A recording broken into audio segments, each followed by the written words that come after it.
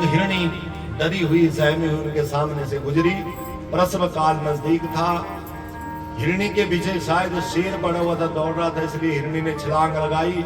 तो जैसे छलांग लगाई नदी की तरफ, तो वो बच्चा नीचे गिर गया और वो हिरणी नदी में बह गई।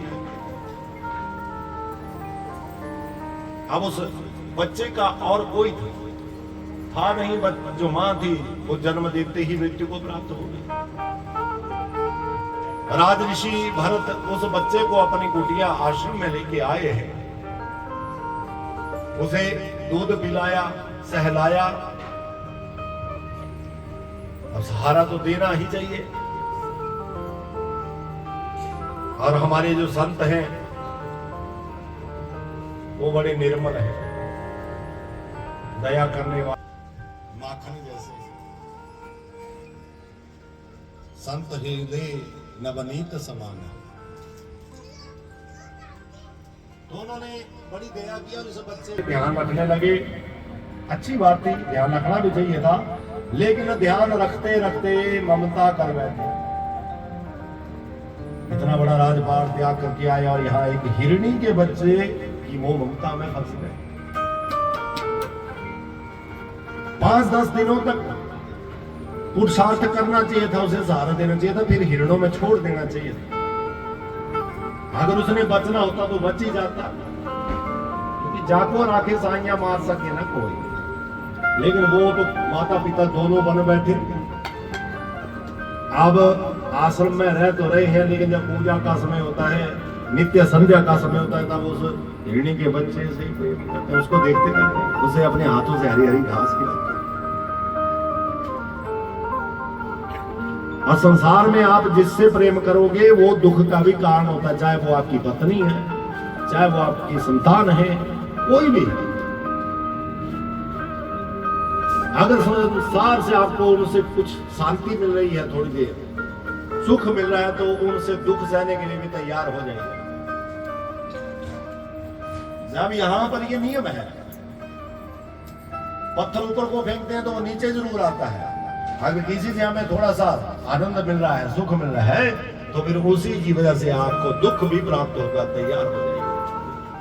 आनंद तो केवल मेरे मान के बिहारी लाल।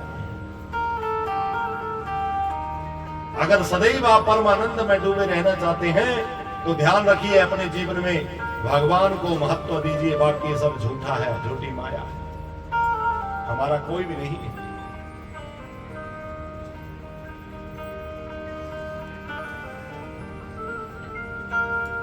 अब बच्चा वो बड़ा हो गया और एक दिन वो चल रहा था आश्रम के इर्द गिर्द। हिरनियां आई, हिरनियों को देख करके मोहित हुआ। प्रेम सजाती होता है। पुरुष का प्रेम स्त्री से होगा, हिरण का प्रेम हिरणी से ही होगा। इस बात को शायद महाराज जी भूल गए थे। उन हिरनियों ने इशारा किया तो वो हिरण चला गया। अब वो बड़ा हो गया। अब वो हिरणी का बच्चा जब वापिस नहीं आया तो उसी की चिंता में धीरे धीरे स्वर से कम होने लगी। ना तो नींद है, ना चैन है। मेरे बच्चे को किसी ने मार तो नहीं, शेर ने तो नहीं खा दिया, अरे वो तो समय पर आ जाता था, मेरे बिना रहता नहीं।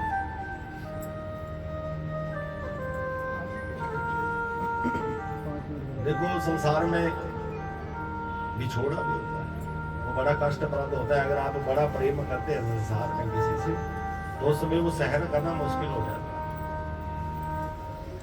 मीराबाई ने यही तो घटना देखी थी परम भक्त ने, कि ऐसा वर क्यों वरूं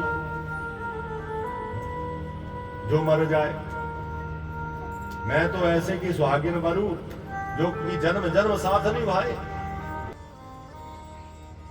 तब ठाकुर जी से प्रेम हो और महारानी होकर के भी भगवान की परम दासी बनी। और भगवान जी ने भी मीरा को आज अमर स्थान दे दिया है, अमर नाम दे दिया है। मीरा का नाम संतों में लिया जाता, बड़े आदर से उनकी हम गाते हैं। तो मीरा बाई भी आप जैसी ही कोई बहन थी। आज भी ठाकुर जी वैसे ही